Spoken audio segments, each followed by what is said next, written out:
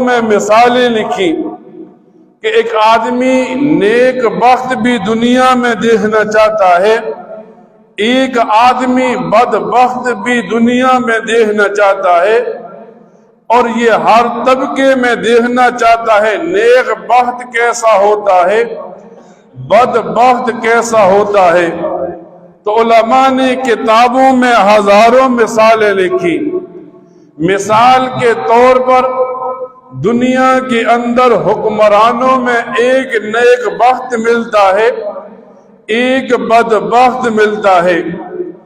جب بندہ حضرت سلیمان علیہ السلام جو اللہ تعالیٰ کے پیغمبر بھی ہیں اور وقت کے بادشاہ بھی ہیں، اسے نیک بخت قرار دیا جاتا ہے، اس کے مقابلے میں فرعون کھڑا نظر آتا ہے جو بدبخت شمار کیا جاتا ہے بھی ساری دنیا کا حکمران۔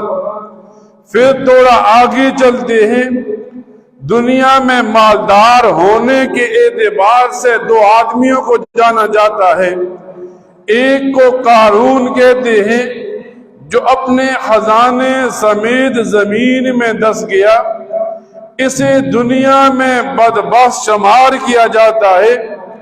اس کے مقابلے میں حضرت عثمان غنی نبی کریم صلی اللہ علیہ وسلم کے صحابی اور دور داماد ہیں، جنہیں دنیا میں مالدار ہونے کے اعتبار سے نیک بخت کہا جاتا ہے۔ دنیا کے اندر انسان دیکھتا ہے نیک بختی کی ہزاروں مثالیں ہیں۔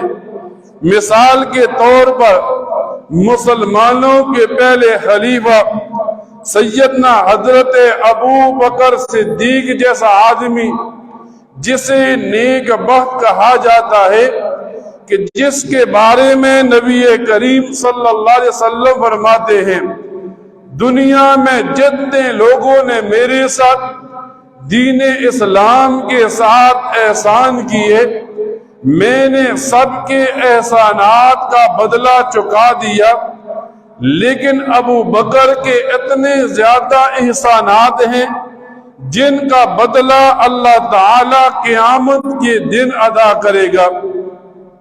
تو ایک آدمی جب تاریخ کو پڑھتا ہے، اس کے سامنے نیک بخت بھی کھڑا ہوتا ہے، اس کے سامنے بدبخت بھی کھڑا ہوتا ہے۔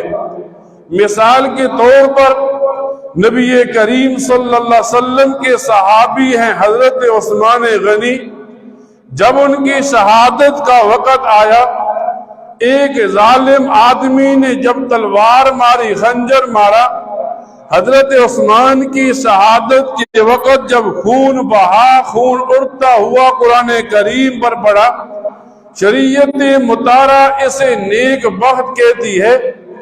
اس کے مقابلے میں ابو جہل ہے، جس کی موت کا وقت قریب ہے، جسے قتل کیا جا رہا ہے، اور وہ کہنے لگا میری گردن کو زیادہ لمبا کاٹنا تاکہ جب سروں کو جوڑا جائے تو پتہ چلے کسی سردار کا سر ہے۔ تو انسان دنیا میں جب نظر دوڑاتا ہے تو نیک بخت بھی نظر آتے ہیں، جب انسان نظر دوڑاتا ہے تو بدبخت بھی نظر آتے ہیں۔